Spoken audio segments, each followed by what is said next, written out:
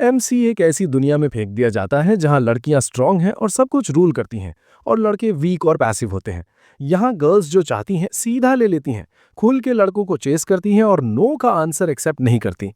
जंगा अपनी जगह बनाए रखने की पूरी कोशिश करता है, लेकिन प्रॉब्लम तब बढ़ जाती है जब उसकी स्टेप सिस्टर बहुत हॉट होती है और क्लियरली उस पर क्रश रखती है। और सिचुएशन और खराब हो जाती है जब वो स्कूल जाता है और उसकी क्लासमेट्स उसके पीछे पागल हो जाती हैं। सबको उससे सिर्फ एक ही चीज चाहिए लगता है, लेकिन वो डिसाइड करता है कि वो अपनी प्योरिटी सेव करेगा। तुम सोचोगे शायद ऑफिस में सिचुएशन अलग होगी, लेकिन नहीं, उसकी लेडी बॉस भी बिल्कुल सेम है। सब उससे चाहते हैं क्योंकि वो बाकी लड़कों जैसा नहीं है।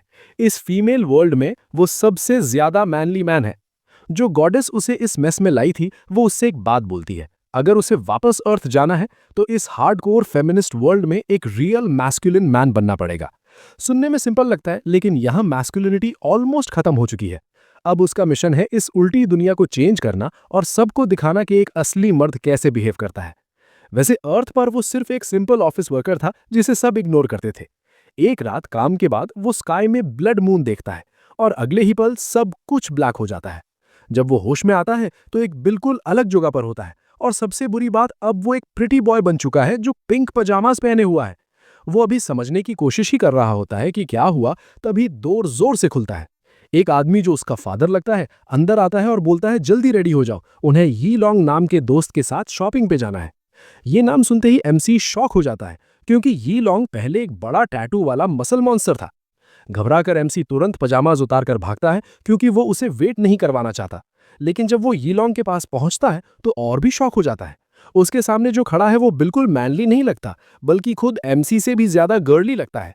जब उसका डैड उन दोनों को साथ देखता है तो वो यीलोंग की तारीफ करने लगता है, बोलता है कि वो बिल्कुल परफेक्ट एग्जाम्पल है एक प्रॉपर मैन का।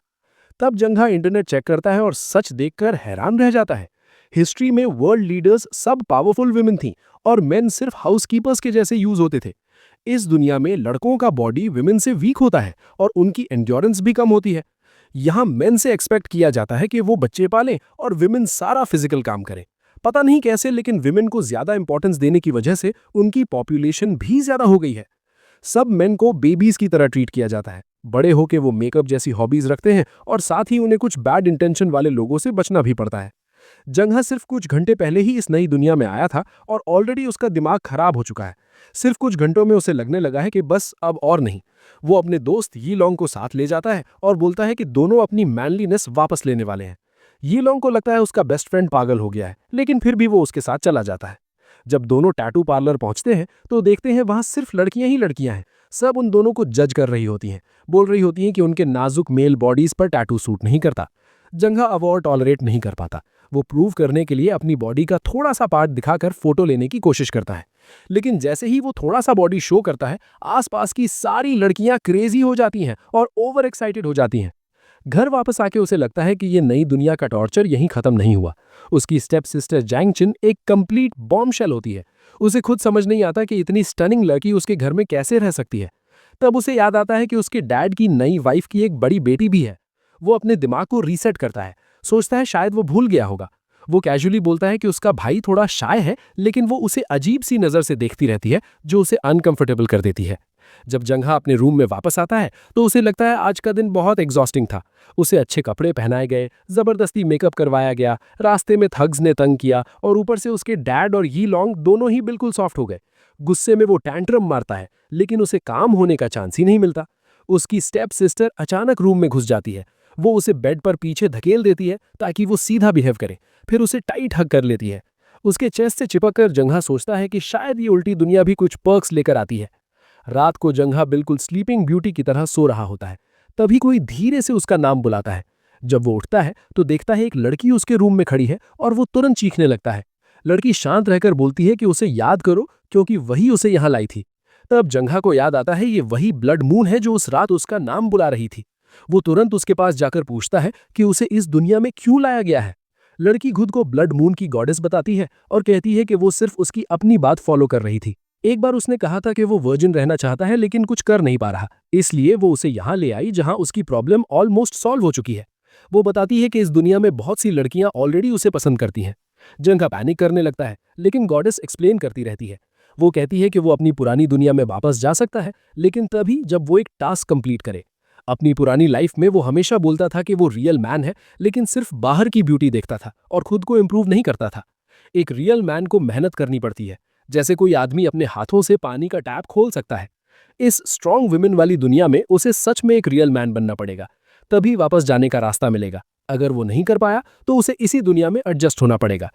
ये बात जंघा को बिल्कुल एक्सेप्ट नहीं होती, लेकिन वो आर्ग्यू करे उससे पहले ही मून गॉडेस गायब हो जाती है और उसे और ज्यादा सवालों के साथ अकेला छोड़ देती है। वो सोचता रहता है कि रियल मैन बनना एक्चुअली होता क्या है और उसे एग्जैक्टली क्या करना होगा। अगले दिन जब वो उठता है, पहले उसे लगता है सब एक अजीब सपना था, लेकिन जब वो अपने रूम में गॉडेस का स्कार्फ देखता है तो समझ जाता है कि मिशन बिल्कुल रियल है। अब वो सोचने लगता है कि विमेन रूल्ड दुनिया में रियल मैन का मतलब क्या होता है, लेकिन उसे इस बारे में कुछ भी नहीं पता। उसे बस एक ही चीज श्योर है कि वो खुद थोड़ा सा सिसी टाइप ही है। तो जो भी ये मिशन हो, जंघा को इस नई दुनिया के बारे में ज्यादा सीखना पड़ेगा ताकि वो चैलेंजेस प्रॉपरली हैंडल कर सके। बाद में वो बायोलॉजी की बुक खोलता है ताकि समझ सके कि यहाँ नॉटी प्रोसेस कैसे काम करता है। उसे पता चलता है कि इस दुनिया में विमेन इतनी स्ट्रांग और डोमिनेंट है कि मेन के पास उनके अंडर सबमिसिव रहने के अलावा कोई ऑप्शन नहीं है। जंघा को ये सिस्टम बिल्कुल पसंद नहीं आता। वो अपनी पुरानी दुनिया में वापस जाना चाहता है जहां सब कुछ उसके लिए नॉर्मल था। साथ ही वो उस रात वाले अजीब एस्ट्रोनॉमिकल इवेंट के बारे में भी रिसर्च करना चाहता है। शायद वो कोई मैग्नेटिक अनोमली हो सकता है, लेकिन इस काम के लिए वो सिर्फ खुद पर ही ट्रस्ट कर सकता है। उसे डीप रिसर्च करनी पड़ेगी, शायद किसी फ्रीलांसर को भी हायर करना पड़े। प्रॉब्लम यह है कि वो सिर्फ एक हाई स्कूल स्टूडेंट है और उसके पास 1 रुपया तक नहीं है। एक्सपर्ट हायर करना तो दूर की बात है। अभी के लिए उसे पहले पैसे का जुगाड़ करना होगा। जब वो रूम से बाहर निकलता है तो देखता है उसकी स्टेप सिस्टर किचन में खड़ी है। कुछ सेकेंड्स वो बस उस व्यू को एंजॉय करता रहता है। रेडी होते वक्त उसे रियलाइज होता है कि उसका फेस काफी हैंडसम है। बस फीचर्स थोड़े फेमिनिन है, लेकिन फिर भी वो अपनी लुक से काफी खुश फील करता है। ये पहली बार है जब वो इस अजीब नई दुनिया में स्कूल जा रहा है। बाहर निकलते ही वो देखता है कि उसका डैड लिटरली उसकी स्टेप मदर के हाथों से ग्रोप्ड हो रहा है और उसकी स्टेप सिस्टर चिन चिन डोर पर उसका वेट कर रही है। जंघा के दिल में जो थोड़ा बहुत रिस्पेक्ट बचा था अपने डैड के लिए, वो तुरंत खत्म हो जाता है। वो बिना रुके घर से निकल जाता है, 1 सेकंड भी वहां नहीं रहना चाहता। उसने सोचा था कि वो ये सिसी लाइफ छोड़ देगा, लेकिन प्लान काम नहीं करता। जैसे ही वो अपने बेस्ट फ्रेंड यी लॉन्ग से मिलता है, उसे पता चलता है कि यी लॉन्ग तो और भी ज्यादा फेमिनिन हो चुका है। यी लॉन्ग एक्साइटेड होकर अपनी नई लिपस्टिक के बारे में बात कर रहा होता है, जो इस साल का नया ट्रेंड है। जंघा उसे थोड़ा तमीज से रहने को बोलता है, लेकिन तब उसे रियलाइज होता है कि उसने यी लॉन्ग की फीलिंग्स हर्ट कर दी हैं। जंघा जल्दी से बोलता है कि उसकी लैंग्वेज का बुरा मत मानो, वो बस एक रियल मैन बनना चाहता है। यी लॉन्ग को समझ ही नहीं आता कि जंघा का रियल मैन से क्या मतलब है। वो और पूछता उससे पहले ही यी लॉन्ग कुछ नोटिस करता है और जंघा को वार्न करता है कि उन्हें जल्दी निकलना चाहिए, क्योंकि कुछ पर्वर्ट्स उन्हें देख रहे हैं। थोड़ी दूर एक मोटी लड़की पिलर्स के पीछे छिपी हुई थी और वाइड आईज से सब लड़कों को घूर रही थी। ये सब जंघा को फनी लगता है। उसे लगता है यी लॉन्ग बस एग्जैजरेट कर रहा है। वो इंसिस्ट करता है कि डरने की कोई बात नहीं, क्योंकि वो दोनों ग्रोन मेन हैं। एक लड़की जो पिलर्स के पीछे छिपी है, उससे क्यों डरना। लेकिन यी लॉन्ग अग्री नहीं करता। वो बोलता है रिस्क नहीं लेना चाहिए। वो जंघा का हाथ पकड़कर उसे वहां से ले जाने की कोशिश करता है। जैंग कुछ बोल पाता उससे पहले ही वो पर्वर्ट लड़की उनकी तरफ एक और स्टेप लेती है और युलोंग सीधा भाग जाता है। इतना फास्ट भागता है कि जैंग हाओ को सांस लेने का भी टाइम नहीं मिलता और दोनों काफी दूर जाकर रुकते हैं और खुद को काम करने की कोशिश करते हैं। युलोंग टेंशन में है क्योंकि उसे लगता है उसका मेकअप खराब हो जाएगा, लेकिन जैंग हाओ किसी और चीज के बारे में सोच रहा होता है। वो एलिसन के बिजनेस स्कूल में पढ़ रहा है और उसके आसपास सारी लड़कियां स्पोर्ट्स जैसे फिजिकल काम करती हैं। एक पल के लिए वो सोचता है कि शायद उसका फैमिली काफी रिच होगा, क्योंकि ये स्कूल क्लियरली एक्सपेंसिव है और यहाँ मोस्टली पैसे वाले स्टूडेंट्स पढ़ते हैं। क्लास में जैंग हाओ ध्यान से ऑब्जर्व करता है और जल्दी ही समझ जाता है कि ये दुनिया कितनी अलग है। यहाँ के मेन इतने वीक हैं कि अपनी वाटर बॉटल तक नहीं खोल पाते। वो लड़कियों पर डिपेंड करते हैं और लड़कियां बिना एफर्ट के बॉटल खोल देती हैं। जैंग हाओ को ये बिल्कुल एक्सेप्ट नहीं होता। वो कॉन्फिडेंस के साथ आगे बढ़ता है और बोलता है कि वो बॉटल खोल सकता है। वो बॉटल पकड़ता है, प्रूव करने के लिए रेडी। लेकिन चाहे जितना भी ट्विस्ट करे, बॉटल खुलती ही नहीं। आखिर में अपनी हर्ट प्राइड के साथ वो बॉटल वापस लड़की को दे देता है और हार मान लेता है। उसकी इंसल्ट यहीं खत्म नहीं होती। जैसे ही लड़कियां उसे स्ट्रगल करते देखती हैं, और भी लड़कियां उसके आसपास जमा हो जाती हैं। वो उसे छेड़ने लगती हैं, बोलती हैं अपनी बॉटल्स भी खोल कर दिखाए। बदले में वो बस उससे बात करना चाहती हैं। जैंग हाओ को सफोकेटेड फील होता है। अनॉयड और ओवरवेल्म्ड होके वो जमीन पर बैठ जाता है, जबकि लड़कियों का क्राउड और पास आ रहा होता है। युलोंग तुरंत उसके पास आता है, हाथ हिलाकर सबको कहता है कि जैंग हाओ को अकेला छोड़ दो। बोलता है वो सिक है और उसे स्पेस चाहिए। धीरे धीरे क्राउड पीछे हटने लगता है, लेकिन जैंग हाओ को ज्यादा कुछ सुनाई नहीं देता। उसका दिमाग कहीं और है। वो सिर्फ ये सोच रहा है कि रियल मैन बनने में उसने कितनी प्रोग्रेस की है। और अभी का आंसर दर्दनाक तरीके से क्लियर है, 0। जैनहाओ को थोड़ा अकेला टाइम चाहिए, तो वो बाथरूम की तरफ चला जाता है। ये लॉन्ग पीछे से पूछता है क्या वो साथ आ सकता है। जैनहाओ अलर्टेट होकर मना कर देता है। उसे लगता है बाथरूम जाने के लिए किसी शैपरोन की जरूरत नहीं। लेकिन ये लॉन्ग सही निकलता है। जैसे ही जैंगहाओ बाथरूम में एंटर करता है, एक ग्रुप लड़कियां उसके पीछे आ जाती हैं। वो उसे घेर लेती हैं और उसके क्यूट फीचर्स के बारे में लाउडली बात करने लगती हैं। जैंग हाओ को लगता है वो कॉर्नर हो गया है। हर एक वर्ड उसे और अनकंफर्टेबल बना देता है। वो सोचता है कि अब और नहीं सहा जाता। अगर ये सब चलता रहा तो वो कभी मिशन कंप्लीट नहीं कर पाएगा। उसे पता है कि वो क्यूट है, लेकिन उसे ये भी पता है कि वो इतना वीक है कि इस दुनिया में अपनी जगह बनाना मुश्किल है। तब जैंग हाओ डिसाइड करता है कि उसे ट्रेनिंग के लिए नई जगह ढूंढनी होगी।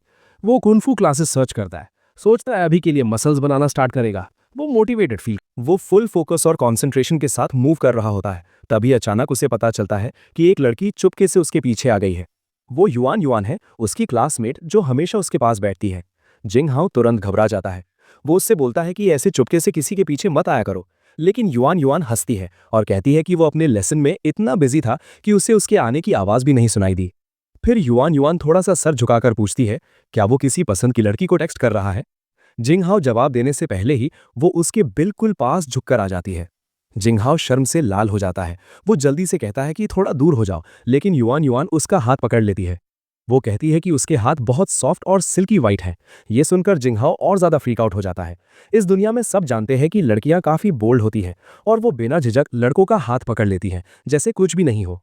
जिंगहाओ अपना हाथ वापस खींच लेता है और कहता है कि थोड़ा मैनर्स रखो। उसकी बात से युआन युआन का दिल दुखता है और वो उसे उदास आंखों से देखती है। वो कहती है कि पहले वो थोड़ा अलग था, लेकिन जिंगहाओ अपने मन में जानता है कि वो हमेशा से ऐसा ही था। मूड चेंज करने के लिए युआन युआन कहती है कि अगर वो थक गया है तो वो उसे मसाज दे सकती है। जिंगहाओ घबरा जाता है और उसे दूर करने की कोशिश करता है। तभी उसे पता चलता है कि वो कितनी स्ट्रांग है। उसमें इतनी फिजिकल स्ट्रेंथ नहीं है कि वो उसका सामना कर सके, और ये बात उसे और कमजोर महसूस करवाती है। वो स्ट्रगल करता रहता है। तभी अचानक किस्मत से क्लासरूम का दरवाजा खुल जाता है। इंग्लिश टीचर मिसेस मा अंदर आती हैं और क्लास को अपनी सीट्स पर बैठने को कहती हैं। जिंगहाओ को रिलीफ मिलता है। वो बैठकर अपनी बुक खोलता है। पेज पर लिखे शब्द देखकर वो हैरान हो जाता है। उसे एहसास होता है कि वो सब कुछ क्लियरली समझ पा रहा है। वो काफी टाइम से स्कूल नहीं गया था और इस दुनिया में आने से पहले वो इंग्लिश में हमेशा सबसे वीक था। लेकिन यहाँ बुक का कंटेंट उसके लिए बहुत सिंपल है। पहली बार इस फेमिनिस्ट वर्ल्ड में आने के बाद जोंग हाओ को लगता है कि फाइनली उसे यहाँ रहने का एक फायदा मिल गया है। यहाँ वो इंटेलिजेंट है। अचानक कॉन्फिडेंस से भरकर जोंग हो अपना हाथ ऊपर करता है और प्रोफेसर से कहता है कि उन्हें उससे पिक करें। वो चाहता है सब लोग उसका नॉलेज देखें और ये प्रूव करना चाहता है कि वो यूजलेस है। लेकिन जब उसकी बोलने की बारी आती है, उसका चेहरा सफेद पड़ जाता है। शब्द मुंह से निकलते ही नहीं। प्रोफेसर भी रुककर कहती हैं कि शायद वो बीमार लग रहा है और नर्स के पास जाना चाहिए। जैंग हाओ इधर उधर देखता है और रियलाइज करता है कि पूरी क्लास उसे घूर रही है। हर किसी की नजर उस पर टिकी हुई है और उसका सीना टाइट फील होता है। लड़कियां आपस में फुसफुसाने लगती हैं, कहती हैं कि वो आजकल थोड़ा अलग बिहेव कर रहा है। जितना वो बात करती है उतना ही वो ज्यादा एम्बैरेस्ड फील करता है। वो अपना सर झुका लेता है और चाहता है कि जमीन उसे निगल ले या फिर वो बस घर पर ही उठ जाए। बाद में उस दिन जैंग हाओ और यी लॉन्ग साथ चल रहे होते हैं। यी लॉन्ग नोटिस करता है कि जैंग हाओ बहुत थका हुआ लग रहा है। जैंग हाओ कहता है कि बस उसकी नींद पूरी नहीं हुई, लेकिन सच ये है कि वो सब चीजों से ड्रेन हो चुका है, स्पेशली उन सब औरतों से जो रोज उसके आसपास रहती हैं। वो बार बार पूछती रहती हैं कि क्या उसने उसके साथ कुछ किया है, और कभी कभी तो हॉलवे में उसे छेड़ भी दिया जाता है। ऊपर से जो लड़के कम अट्रैक्टिव हैं वो उसे गलत तरह से बुली करने का इल्जाम लगाने की कोशिश करते हैं, जबकि उसने कुछ भी गलत नहीं किया। जैंग हाओ के लिए स्कूल सबसे ज्यादा स्ट्रेसफुल जगह बन गया है और वो चुपचाप सोचता है कि काश वो घर पर ही रह पाता। तभी चलते हुए एक लड़की अचानक उसके सामने आ जाती है और कहती है कि उसे कुछ कन्फेस करना है। वो उसे गिफ्ट देती है और कहती है कि वो काफी टाइम से उसे पसंद करती है और अब उसके साथ डेट करना चाहती है। जैंग हाओ हैरान रह जाता है कि इस दुनिया की लड़कियां कितनी बोल्ड है, लड़कों की तरह पहले कन्फेस करती है। फिर भी वो पोलाइटली मना कर देता है। जी लॉन्ग को भी समझ नहीं आता कि जैंग हाओ इतना टेम्पटिंग ऑफर कैसे मना कर सकता है। बाद में जब वो खाने के बारे में सोच रहे होते हैं, जैंग हाओ एक अजीब चीज नोटिस करता है। बाकी सब लड़के बहुत ही कम खाना खाते हैं। यी लॉन्ग उससे कहता है कि लड़के हमेशा से ऐसे ही होते हैं। वो खुद भी सिर्फ खीरा ऑर्डर करता है, बिना चावल के, और बोलता है कि वो डाइट पर है। जैंग हाओ को समझ ही नहीं आता कि लड़के चिड़िया की तरह इतना कम कैसे खा सकते हैं। क्योंकि वो मसल्स बनाना चाहता है और स्ट्रांग बनना चाहता है, इसलिए वो डिसाइड करता है कि वो बड़ा पोर्शन लेगा। जब वो कॉन्फिडेंटली कैफेटेरिया वाली आंटी से कहता है कि उसे सबसे बड़ी प्लेट पोर्क और राइस की दें, तो यी लॉन्ग पैनिक हो जाता है और बोलता है कि वो मोटा हो जाएगा। लेकिन जैंग हाओ के लिए ये स्ट्रांग बनने का एक और स्टेप है। पास के लड़के फुसफुसाने लगते हैं कि जैंग हाओ जल्दी ही मोटा और अगली हो जाएगा। कुछ बुलीज दूर से उसे देख रहे होते हैं ताकि बाद में उसका मजाक उड़ा सके। जैंग हाओ बिना मैनर्स के बिल्कुल नॉर्मल लड़के की तरह खाना खाता है और यी लॉन्ग शौक में उसे देखता रहता है, सोचता है उसके बेस्ट फ्रेंड को क्या हो गया है। तभी क्लास 5 का थर्ड ईयर स्टूडेंट लियोंग वहां आता है। पहले जैंग हाओ उसे पहचान नहीं पाता, फिर फन याद दिलाता है कि वो सेम क्लास में है। वो पूछता है कि जैंग हाओ अचानक इतना मोटा क्यों लग रहा है और दिखाने की कोशिश करता है कि वो भी जैंग हाओ की तरह पॉपुलर लीग में है। फन खुद की तारीफ करता है, कहता है कि वो सबसे बड़ा प्लेयर है, फिर स्मर्क करके बोलता है कि जैंग हाओ ग्रीसी लग रहा है। जैंग हाओ उसकी बात से तंग आकर जवाब देता है कि अपनी आंखों का चेक करा लो क्योंकि वो बिल्कुल ठीक लग रहा है। वो एक और इंसल्ट मार देता है। फन नकली आंसू बहाने लगता है और तुरंत लड़कियां उसके पास आकर उसे कंसोल करने लगती हैं। वो जैंग हाओ को मीन बॉय बोलती हैं, जो बेचारे फन को तंग कर रहा है। फन अपने फेक आंसुओं के बीच में मुस्कुराता है, खुश होता है कि लड़कियां उसकी साइड ले रही हैं। लेकिन तभी एक बोल्ड लड़की आगे आती है। वो अनाउंस करती है कि फन को उसके प्रेशियस जैंग हाओ को अकेला छोड़ देना चाहिए। वो कहती है जैंग हाओ जो चाहे खा सकता है, किसी को उसकी हैबिट्स कंट्रोल करने का हक नहीं है। जैंग हाओ सोचता है कि एक और सुंदर लड़की उसकी लाइफ में आ गई है और सब जगह हल्ला मचा रही है। फिर भी फन वहां से नहीं जाता। तब जैंग हाओ उसकी आंखों में देखकर स्ट्रांग और कमांडिंग टोन में बोलता है, मास्टर खाना खा रहा है, यहां से चले जाओ। ये शब्द बिजली की तरह गिरते हैं। यी लॉन्ग शॉक में लगभग कुर्सी से गिर जाता है, क्योंकि उसका बेस्ट फ्रेंड इतनी हार्श टोन में किसी लड़के से नहीं बोला था। लेकिन नई पर्पल बालों वाली लड़की जैंग हाओ को एडमिरेशन से देखती है। उसे लगता है कि वो और भी चार्मिंग हो गया है। दूसरी तरफ फंग गुस्से में अपनी ग्रुप की मीन लड़कियों के साथ वहां से चला जाता है। उसके फॉलोअर्स उसे तसल्ली देते हैं, कहते हैं जेलस या अपसेट मत हो, तुम अभी भी जैंग हाओ से ज्यादा पॉपुलर हो। और वैसे भी सबको लगता है जैंग हाओ मोटा होने वाला है। उधर जैंग हाओ अपना ध्यान पर्पल हेड लड़की पर करता है। वो काइंड लगती है, लेकिन उसे पता नहीं वो कौन है, तो वो यी लॉन्ग से पूछता है। यी लॉन्ग बताता है कि उसका नाम जाओलिंग है। वो कॉलेज बास्केटबॉल टीम की सीनियर कैप्टन है और क्लास में भी उसके पास ही बैठती है। ये सुनकर जोंग हाओ को एक अजीब बात समझ आती है। उसके आसपास की हर सीट पावरफुल लड़कियों से भरी हुई है। जाओलिंग फिर यी लॉन्ग की तरफ झुककर पूछती है कि क्या उसने वो heroes versus league game try किया जो उसने पहले दिया था। यी लॉन्ग मान लेता है कि गेम उसके लिए बहुत हार्ड है और वो अच्छा नहीं खेल पा रहा। तभी जैंग हाओ तुरंत बीच में बोल पड़ता है, सबको सरप्राइज करते हुए, कि वो 5 वर्सेस 5 टावर डिमोलिशन गेम है। यी लॉन्ग के हाथ से लगभग चॉपस्टिक्स गिर जाती हैं। उसे यकीन ही नहीं होता कि उसका बेस्ट फ्रेंड ने ये गेम खेला है, क्योंकि लास्ट टाइम जैंग हाओ ने बोला था कि उसे इन सो कॉल्ड गर्ल गेम्स में कोई इंटरेस्ट नहीं है। जैंग हाओ थोड़ा रुककर सोचता है, इस अजीब उल्टी दुनिया में ऑब्वियसली लीग जैसा गेम होगा और नेचुरली वो लड़कियों में पॉपुलर होगा। जाओलिंग उसे एनकरेज करती है कि वो सीरियसली ट्राई करे, चाहे टॉप लेवल पर कोई मेल प्लेयर्स ना हो। जैंग हाओ अपना खाना फिनिश करता है, खड़ा होता है और कैजुअली बोलता है कि वो ऑलरेडी गेम ट्राई कर चुका है और ठीक है, लेकिन अब उसे क्लास में वापस जाना है। वो बिना जाओलिंग को थैंक यू बोले ही चला जाता है। उसके रफ मैनर्स कवर करने के लिए यी लॉन्ग जल्दी से बात संभाल लेता है, जबकि जाओलिंग चुपके से सोचती है कि ये हैंडसम लड़का कब उसकी फीलिंग्स एक्सेप्ट करेगा। बाद में क्लास में जैंग हाओ चुपचाप बैठकर सब चीजें कनेक्ट करने लगता है। अगर हीरो एक्स लीग गेम में कोई हाई रैंकिंग मेल प्लेयर्स नहीं है, तो इसका मतलब ये हुआ कि उसकी असली दुनिया के स्ट्रॉन्ग प्लेयर्स जैसे डैशर और उजी यहाँ नहीं खेल रहे हैं। ये सोच उसके दिमाग में एक नया प्लान जगाती है। वो डिसाइड करता है कि उसे उनसे पर्सनली मिलने का टाइम निकालना होगा। और फिर एक और हैवी सवाल उसके मन में आता है, इस उल्टी और ट्विस्टेड दुनिया में रियल मैन होने का मतलब क्या है। उसका ध्यान भटककर विंडो के पास बैठी एक अकेली लड़की पर चला जाता है।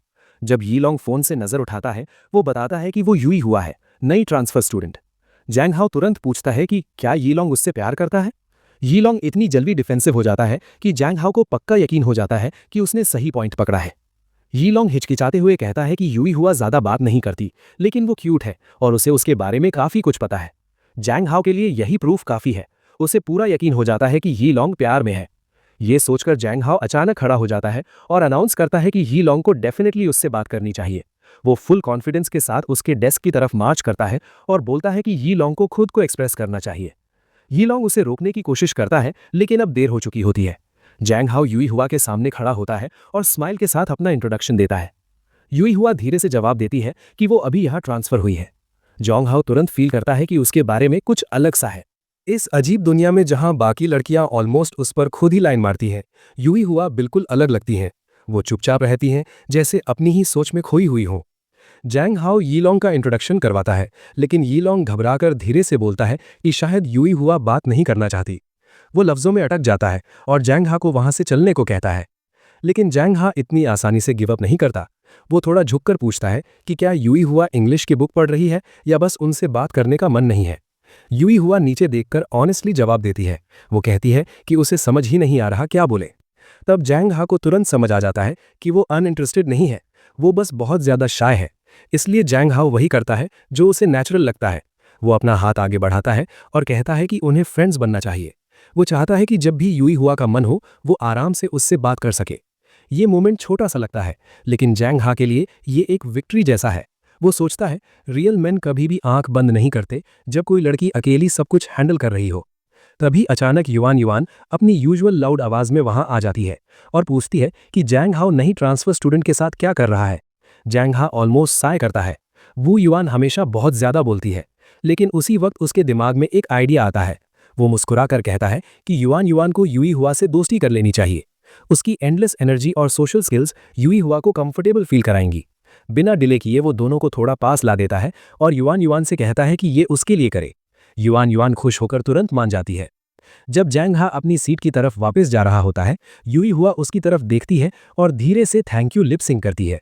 आवाज हल्की है, लेकिन मीनिंग बहुत गहरा है। जैंग हा वहां से चलता है सैटिस्फाइड फील करते हुए। पहली बार वो खुद से एडमिट करता है शायद वो 50% क्लोजर हो चुका है एक रियल मैन बनने के, और शायद इस अजीब दुनिया से निकलने के भी। कुछ देर बाद जैंग हा अपने रूम में बैठा हैवी मेटल सुन रहा होता है। वो खुद से कहता है कि रियल मैन को हमेशा रॉक एंड रोल पसंद करना चाहिए। तभी अचानक उसकी सिस्टर चिनचिन रूम में आती है और पूछती है कि वो क्या कर रहा है। जैंग हा ऑलमोस्ट अपनी सीट से उछल पड़ता है, क्योंकि उसकी सिस्टर ने लगभग कुछ भी नहीं पहना होता और वो बिल्कुल ऑफ गार्ड हो जाता है। वो जल्दी से बोलता है कि बस म्यूजिक सुन रहा हूँ। चिनचिन धीरे धीरे उसके पास आती है और कहती है कि वो भी सुनना चाहती है। जैंग हा के दिमाग में आता है कि गॉडेस जैसी सिस्टर होने के कुछ एडवांटेजेस भी होते हैं, और वो मन ही मन मानता है कि उसे अपनी सिस्टर्स बहुत पसंद है।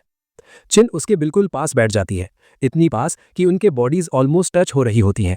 वो एक ईयरबड ले लेती है और टीज करते हुए कहती है कि उसे रॉक एंड रोल बहुत पसंद होगा और वो बाकी लड़कों से अलग है। ये बात जैंग हा को अंदर से खुश करती है, जितना वो दिखाना नहीं चाहता। फिर चिनचिन एक और बात बोलती है। वो कहती है कि वो बहुत अट्रैक्टिव है। जैंग हा फ्रीज हो जाता है, उसे समझ नहीं आता क्या जवाब दे। वो सोचता है कहीं उसकी नई स्टेप सिस्टर के साथ कुछ गड़बड़ तो नहीं। साथ ही वो अपने आप को कन्विंस करता है कि शायद ये एक टेस्ट है, एक चैलेंज देखने के लिए कि उसमें असली मैस्कुलिनिटी है या नहीं। उसके दिमाग में जैसे कोई फरिश्ता धीरे से कहता है कि एक रियल मैन को कंट्रोल रखना चाहिए और रेजिस्ट करना चाहिए।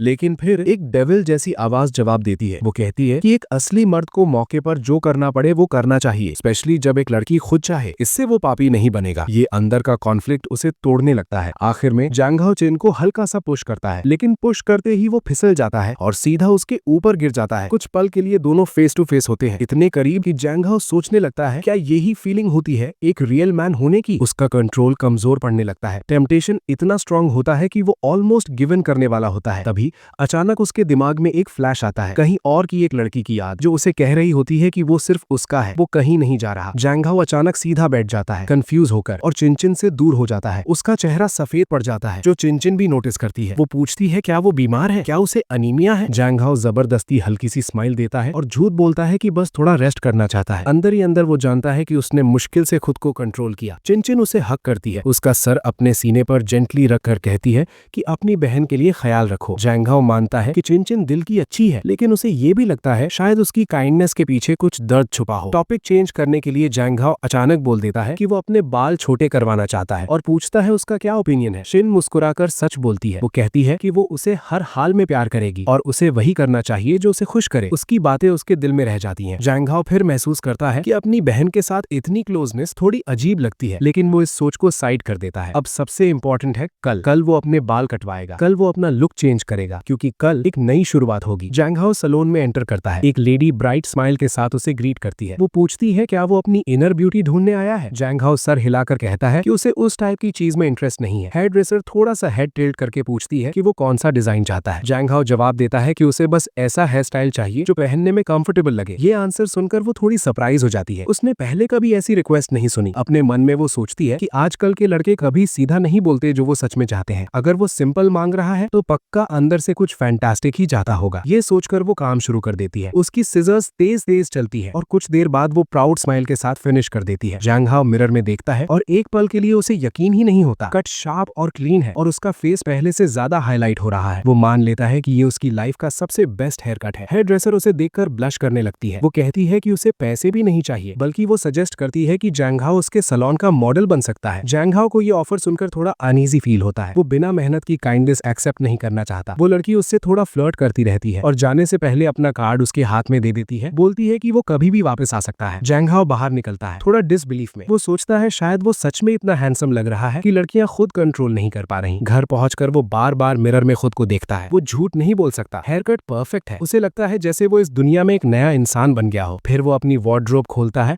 ताकि नए स्टाइल के हिसाब से कपड़े ढूंढ सके, लेकिन जो वो देखता है उससे उसका मूड खराब हो जाता है। अंदर के सारे कपड़े ब्राइट और कलरफुल है और लगभग हर पीस पर बोझ लगे हैं। ये सब एक कॉन्फिडेंट आदमी के लिए बिल्कुल सही नहीं लगता। जैंग हाओ सर हिला देता है। अगर वो सच में एक नए एरा में स्टेप कर रहा है तो उसे पता है क्या करना होगा। ये कपड़े अब यहाँ नहीं रहेंगे। थोड़ी देर बाद उसके फादर ग्रोसरीज लेकर घर आते हैं और स्टेप मदर जैंग हाओ को बोलती हैं कि जाकर हेल्प करे, लेकिन जैसे ही उसके फादर अपने प्यारे बेटे का नया लुक देखते हैं वो गुस्से से फट पड़ते हैं। वो चिल्लाते हुए पूछते हैं कि उसने इतने छोटे बाल क्यों कटवाए। वो कहते हैं कि आदमी ऐसे हेयर स्टाइल नहीं रखते। वो तो गुस्से में सैलून जाकर हेयर ड्रेसर को बैड रिव्यूज देने की बात करते हैं और कंप्लेन करते हैं कि अब कोई भी जैंग हाओ से शादी नहीं करेगा। जैंग हाओ को यकीन नहीं होता कि एक सिंपल हेयर कट के लिए भी उसे अपने फादर से परमिशन लेनी पड़ती है। डांट यहीं खत्म नहीं होती। उसके फादर अपना जूता निकालकर उसे मारना शुरू कर देते हैं। जैंग हाओ रूम में इधर उधर भागता है और चिल्लाता है कि ये डोमेस्टिक वायलेंस है और उसके हैंडसम फेस पर कभी हाथ नहीं उठाना चाहिए। तभी चिनचिन जल्दी से रूम में आती है और पूछती है क्या हो रहा है। जैंग हाओ भागते हुए उससे टकराता है और सीधा उसके सीने से लग जाता है। वो उसे स्माइल के साथ संभाल लेती है, फिर अपने फादर की तरफ मुड़कर शांत आवाज में कहती है कि थोड़ा आराम से रहें। वो याद दिलाती है कि छोटी छोटी बातों पर स्ट्रेस लेने से उनकी हेल्थ और खराब हो जाएगी। वो जैंग हाओ के हेयर कट को ध्यान से देखती है। उसे थोड़ा अनईजी फील होता है क्योंकि बाल काफी छोटे हैं, लेकिन अपने छोटे भाई को बचाने के लिए वो झूठ बोल देती है कि वो अच्छा लग रहा है। वो ये भी कह देती है कि कल उसने उससे परमिशन ली थी, इसलिए फादर को गुस्सा होने की कोई वजह नहीं है। लेकिन फिर भी जैंग हाओ का फादर का गुस्सा कम नहीं होता। वो गुस्से में बोलते हुए किचन की तरफ चले जाते हैं कि वो डिनर बनाएंगे, लेकिन क्लियरली उनके अंदर अभी भी गुस्सा उबल रहा होता है। जैंग हाओ अपनी सिस्टर को थैंक यू बोलता है कि उसने बीच में आकर उसे पिटाई से बचा लिया। चिनचिन मुस्कुराकर सीधा जवाब देती है कि वो उसकी सिस्टर है और ऑब्वियसली हमेशा उसकी प्रोटेक्शन करेगी। फिर वो कहती है कि उसके रूम में आए क्योंकि वो उसे कुछ दिखाना चाहती है। जैंग हाओ थोड़ा एक्साइटेड हो जाता है। वो सोचता है शायद अब वो एक टिपिकल टीनेज गर्ल का रूम देखेगा जो गर्ली डेकोरेशन से भरा होगा, लेकिन जैसे ही वो अंदर जाता है वो फ्रीज हो जाता है। चिनचिन का रूम बिल्कुल भी गर्ली नहीं होता। वो ठंडा, साफ और इतना नीट होता है जैसे किसी डॉक्टर का ऑपरेशन थिएटर हो। चिनचिन अपने डेस्क के पास जाती है और एक छोटा सा बॉक्स उठाती है। वो समझाती है कि जब वो लोग नए घर में आए थे तो उसके पास उसके लिए गिफ्ट प्रिपेयर करने का टाइम नहीं था, लेकिन अब वो रेडी है। वो बॉक्स खोलती है और अंदर 2 डायमंड इयररिंग्स होते हैं। जैंग हाओ शॉक में देखते हुए कहता है कि ये बहुत महंगा होगा। चिनचिन सर हिलाकर कहती है कि वो उसे खुश करने के लिए कुछ भी करेगी। पहली बार जैंग हाओ को महसूस होता है कि सिस्टर होने का मतलब क्या होता है और वो दिल से सोचता है कि उसे ये नई लाइफ पसंद है। लेकिन जब वो अपने रूम में वापस आता है उसके दिमाग में अलग ही ख्याल आने लगते हैं। वो सोचता है उन डायमंड्स की प्राइस कितनी होगी। अगर उसने इतना वैल्यूएबल गिफ्ट दिया है तो उसे भी रिटर्न में कुछ देना चाहिए, लेकिन हेयर कट के पैसे देने के बाद उसके पास 1 रुपया भी नहीं बचा। तभी उसका फोन लाइट अप होता है। यी लॉन्ग का मैसेज आता है। यी लॉन्ग बताता है कि उसने अभी एक नया नॉवल फिनिश किया है और जैंग हाओ को वो नॉवल पढ़ना चाहिए। जैंग हाओ को अचानक एक आइडिया आता है, अगर यी लॉन्ग नॉवल लिख सकता है तो वो भी लिख सकता है। ये उसका जल्दी पैसे कमाने का तरीका हो सकता है। वो डिसाइड करता है कि वो ब्रेव मेल हीरोज और पावरफुल मिलिट्री क्वींस के बारे में स्टोरीज लिखेगा। ये सोचकर वो काम पर बैठ जाता है। जैंग हाओ एक ब्लैंक पेज खोलता है और अपनी नई बुक का टाइटल टाइप करता है, a real woman in the world of main. वो चेयर पर पीछे झुककर कॉन्फिडेंट स्माइल देता है। उसे पूरा यकीन होता है कि ये नेक्स्ट बेस्ट सेलर बनेगा। अगला दिन स्कूल में जैंग हाओ का फोन बस करता है। वो चेक करता है और देखता है कि जिस वेबसाइट पर उसने अपना नॉवल अपलोड किया था वहां से नोटिफिकेशन आया है। सरप्राइज की बात ये होती है कि उसकी स्टोरी सिग्नेचर रिक्वेस्ट पास कर चुकी है और अब उसे खुद एडिटर से कांटेक्ट करना है। उसे समझ आता है कि रिव्यू प्रोसेस उसकी सोच से ज्यादा फास्ट है। अब हर अपडेट पर उसे डेली फीस मिल सकती है। उसे लगता है उसका प्लान फाइनली काम कर रहा है और वो पैसे कमाने के रास्ते पर है। जैंग हाओ सोचता है कि ये सेलिब्रेट करना चाहिए। वो डिसाइड करता है कि वो आइसक्रीम खरीदेगा। प्रॉब्लम ये है कि उसके पास सिर्फ $1 बचा है। इतने में बस एक सिंपल पॉप्सिकल ही आ सकता है। वो स्टोर की तरफ बढ़ता है, लेकिन जैसे ही वो उसे देखता है वो फ्रीज हो जाता है। ये जगह उसे फेमिलियर लगती है। अचानक उसकी पुरानी यादें वापस आ जाती हैं। अपनी पास्ट लाइफ में ये वही स्टोर था जहां उसकी पहली बार अपनी सिस्टर एमी से मुलाकात हुई थी। उस वक्त एमी हाई स्कूल के लास्ट ईयर में थी। वो छोटी सी थी लेकिन स्ट्रांग थी। वो अंकल किम की बेटी थी जिनकी शॉप जैंग हाओ के घर के बिल्कुल पास में थी। इसी वजह से दोनों फैमिलीज हमेशा क्लोज थी। एमी काइंड और चीयरफुल थी। वो अक्सर जैंग हाओ से कहती थी कि वो उसके लिए लंच खरीदेगी। उस वक्त जैंग हाओ को लगता था शायद पहली बार प्यार होने का एहसास ऐसा ही होता है। स्कूल के बाद जैंग हाओ अक्सर एमी के पास जाता था। कभी कभी वो बस दूर से उसे देखता रहता था, नजर हटा ही नहीं पाता था। एक दिन उसने हिम्मत जोड़ी और अपने फीलिंग्स कन्फेस कर दिए, लेकिन एमी नर्वस हंसी के साथ बोली कि उसे अपनी उम्र के लड़के पसंद है, इतने छोटे नहीं। उस दिन जैंग हाओ को रिजेक्शन मिला, फिर भी वो हारा नहीं। उसने कसम खाई कि वो हार्ड ट्रेनिंग करेगा, स्ट्रॉन्ग बनेगा और एक दिन ऐसा आदमी बनेगा जो एमी को प्रोटेक्ट कर सके। ये उसकी पास्ट लाइफ का प्रॉमिस था। लेकिन अब सब कुछ अलग है। इस नई दुनिया में लोग उसे स्ट्रेंथ के लिए नहीं बल्कि उसकी ब्यूटी के लिए एडमायर करते हैं। ये सोचकर जैंग हाओ डिसाइड करता है कि इस बार वो जरूर सक्सीड करेगा। इस बार वो एमी का दिल जीत लेगा। जब जैंग हाओ स्टोर के पास पहुंचता है, वो लाउड वॉइसेस सुनता है। एमी अपने फादर से आर्ग्यू कर रही होती है। वो कह रही होती है कि वो बस इतना पैसा सेव करना चाहती है कि शादी कर सके, लेकिन वो हार्ड वर्क नहीं करना चाहती। उसके फादर उसे समझाते हैं कि लाइफ ऐसे नहीं चलती। वो कहते हैं कि दूसरी फैमिलीज की बेटियां उससे भी बड़ी हैं, फिर भी पढ़ रही हैं और उससे ज्यादा मेहनत कर रही हैं। जैंग हाओ हेजिटेट करता है। वो सोचता है शायद बेटर होगा कि वो इस आर्ग्यूमेंट से दूर रहे। तभी एमी अंदर आती है। जैसे ही वो उसका चेहरा देखती है, उसका दिल एक पल के लिए रुक जाता है। उसके लिए वो अब भी उतनी ही खूबसूरत है, लेकिन फिर उसकी नजर नीचे जाती है और वो फ्रीज हो जाता है। एमी उसकी यादों से काफी अलग थी। वो पहले से काफी बड़ी हो चुकी थी। शॉक इतना स्ट्रॉन्ग था कि वो लगभग भाग ही जाता, लेकिन टर्न लेने से पहले ही एमी उसे देख लेती है। वो सीधा उसकी तरफ देखकर पूछती है कि क्या उसने अपने बालों के साथ कुछ अजीब किया है। डर के मारे जैंग हाओ जमीन पर गिर जाता है। उसका बॉडी कांपने लगता है, आंखों से आंसू गिरने लगते हैं और वो उसे पास न आने की रिक्वेस्ट करता है। फिर भी रोते हुए भी उसका चेहरा उसे अपनी तरफ खींचता है। उसकी ब्यूटी उसे टेम्प्ट करती है और मुश्किल से वो बस इतना कह पाता है कि उसकी वो पुरानी खूबसूरत एमी वापस आ जाए जिसे वो पहले जानता था।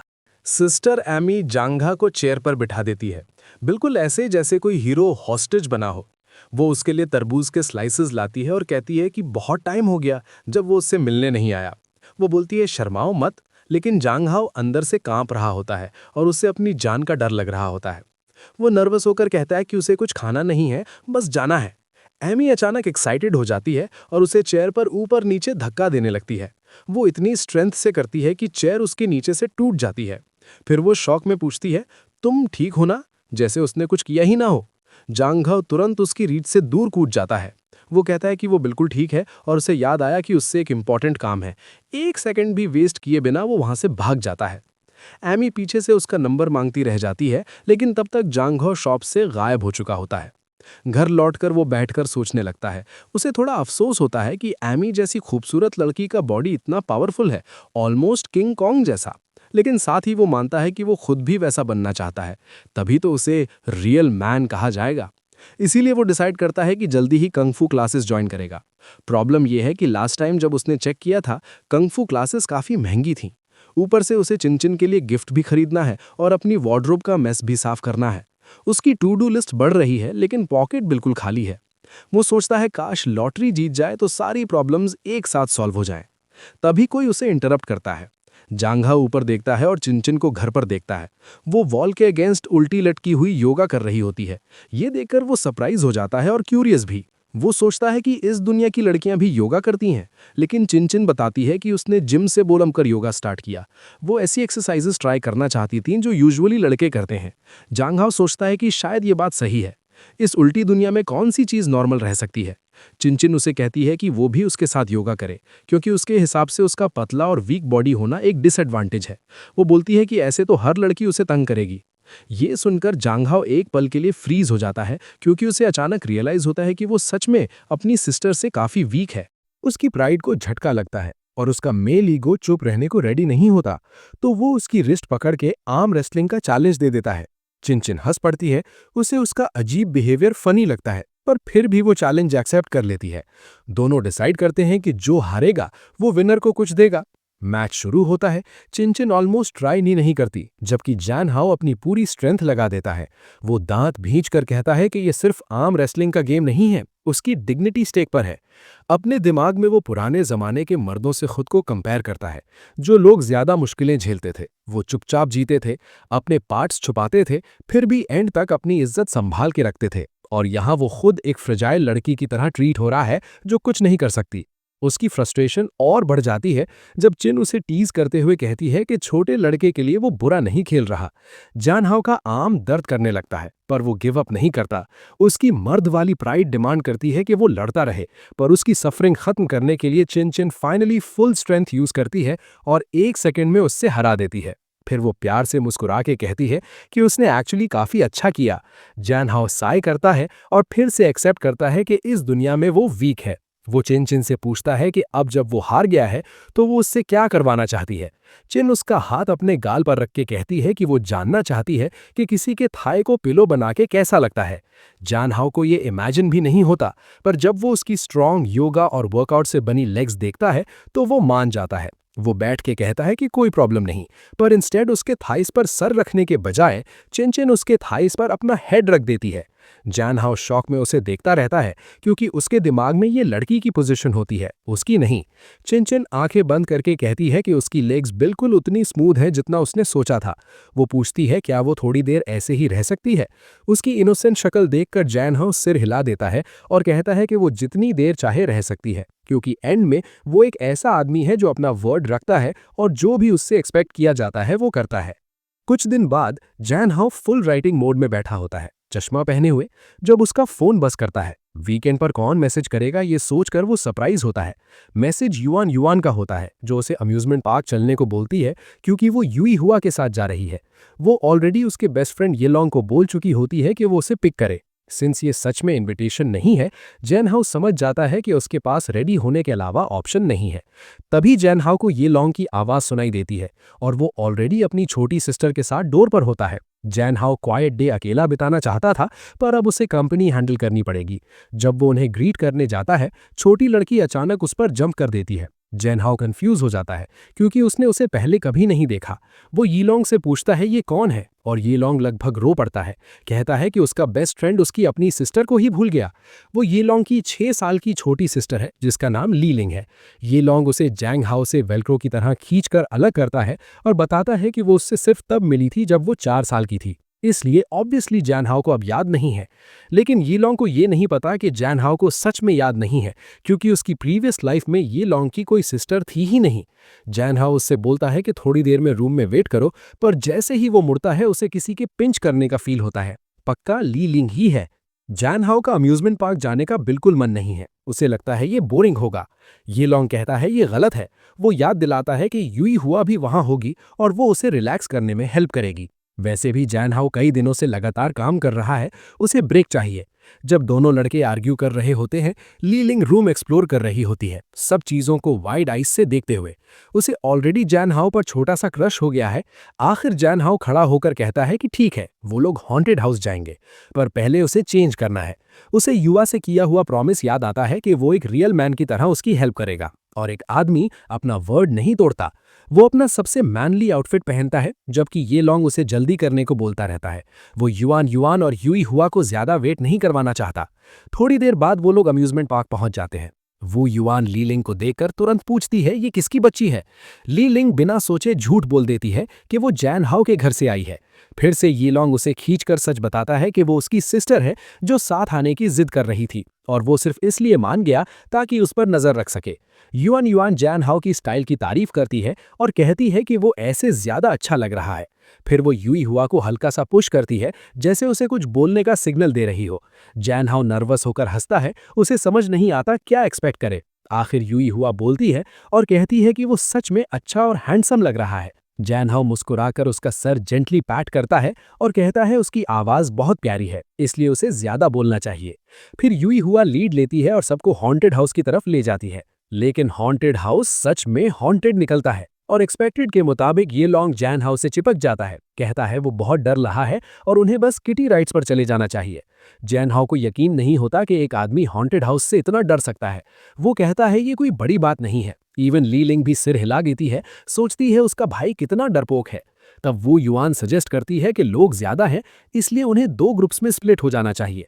वो जल्दी से कहती है कि वो और जैन हाउ एक ग्रुप में होंगे और बाकी लोग दूसरे ग्रुप में। फिर वो ली लिंग की तरफ मुड़कर कहती है कि वो लड़कों को अच्छे से प्रोटेक्ट करें, क्योंकि ये एक औरत का फर्ज होता है। ली लिंग तुरंत टैंट्रम करने लगती है और जिद करती है कि वो जैन हाउ के ग्रुप में ही रहेगी। जैन हाउ बीच में आता है और उसे स्ट्रिक्ट टोन में बोलता है कि तमीज से बिहेव करें और अपने भाई के साथ जाए। वो ये भी कहता है कि उसे उसकी टेंशन लेने की जरूरत नहीं, वो पूरे टाइम ठीक रहेगा। हुई युआन थोड़ी डिसअपॉइंटेड फील करती है, क्योंकि वो जैन हाउ के साथ रहना चाहती थी, पर जैन हाउ उसे स्मार्टली हैंडल कर लेता है। उसके बिहेवियर से लग रहा था कि उसके ग्रुप में रहना उसकी लाइफ और मुश्किल बना देता। उसके कंपैरिजन में ली लिंग क्लियरली बेटर ऑप्शन है। जैन हाउ फिर युआन युआन के ग्रुप को आगे भेज देता है ताकि वो रास्ता चेक कर लें, और बोलता है कि वो और ली लिंग कुछ मिनट बाद फॉलो करेंगे। वेन युआन अपसेट भी है और थोड़ी डरी हुई भी, पर जब जैन हाओ पूछता है तो उसका वुमेन प्राइड एक्टिवेट हो जाता है। वो तुरंत कहती है कि औरतें नहीं डरती और वो ये लॉन्ग और उसकी छोटी सिस्टर को प्रोटेक्ट करेगी। 10 मिनट बाद जैन हाओ और ली लिंग डिसाइड करते हैं कि अब उनकी बारी है। जैन उसे प्रॉमिस करता है कि वो उसे प्रोटेक्ट करेगा क्योंकि वो उसकी सनफ्लावर है, और ली लिंग चुपचाप मान जाती है। जैसे ही वो हॉन्टेड हाउस में एंटर करते हैं, तुरंत अंदर से सबकी चिल्लाने की आवाज आती है। इतनी स्क्रीम्स सुनकर जैन हाउ समझ जाता है कि वैन युआन उतनी ब्रेव नहीं है जितनी वो दिखाती है। फिर वो यूई हुआ की तरफ मुड़कर पूछता है, क्या वो डर रही है? लड़की शर्माते हुए सिर हिला देती है, जो इस दुनिया में थोड़ा अनयूजुअल लगता है क्योंकि यहाँ लड़कियां यूजुअली ज्यादा कॉन्फिडेंट होती हैं। जैन हाउ कहता है डरने में कुछ गलत नहीं है, और अगर वो डरे तो उसे हक कर सकती है, पर इतना क्लोज कांटेक्ट उसके लिए ज्यादा है, इसलिए वो सिर्फ उसकी स्लीव हल्की सी पकड़ लेती है। जैन हाउ एक हीरो की तरह हर मॉन्स्टर को इग्नोर करता हुआ आगे बढ़ता रहता है। हॉन्टेड हाउस एक्सपेक्टेड से ज्यादा बड़ा निकलता है, और 10 मिनट चलने के बाद जैन हाउ को लगता है कुछ गलत है। जब वो मुड़कर देखता है तो यूई हुआ उसके पीछे नहीं होती। समझ जाता है कि वो खो गई होगी, तो वो तुरंत उसे ढूंढने वापस जाता है। कुछ देर बाद वो उसे एक कबर्ड के अंदर छुपी हुई मिलती है। वो पूछता है वो वहां क्यों बैठी है, तो वो मान लेती है कि वो खो गई थी और ड्रेसर में छुपकर खुद को प्रोटेक्ट कर रही थी।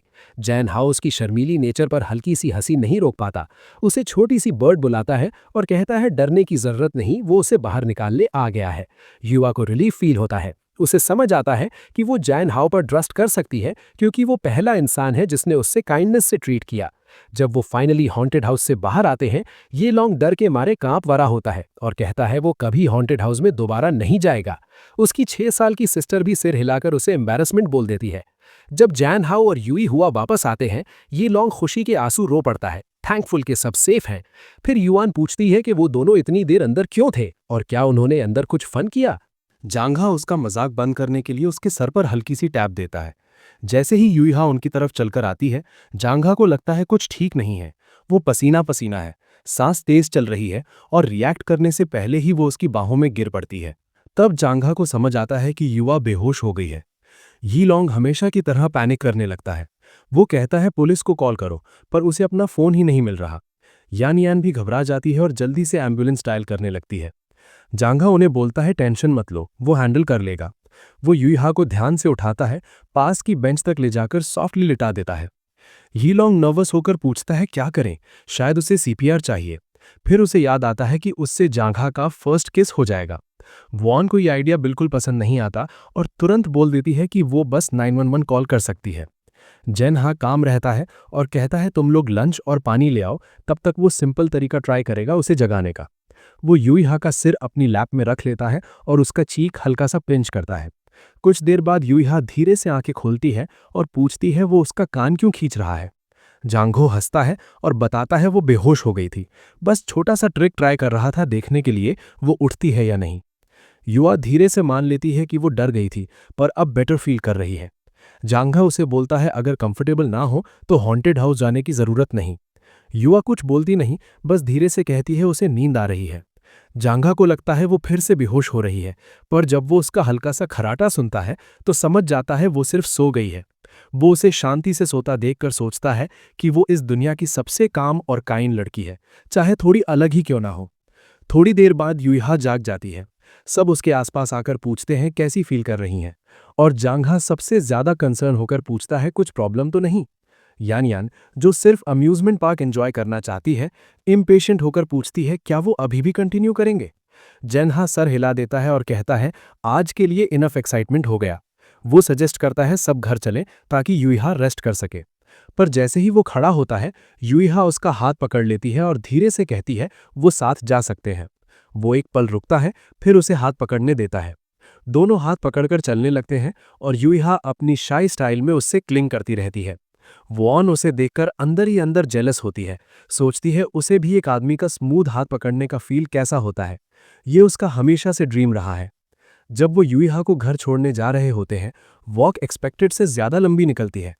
यान और यी लॉन्ग दोनों कमेंट करते हैं कि युइहा शायद बहुत दूर रहती है, शायद रूरल एरिया में, और सोचते हैं उसके लिए रोज स्कूल आना कितना इनकन्वीनियंट होगा।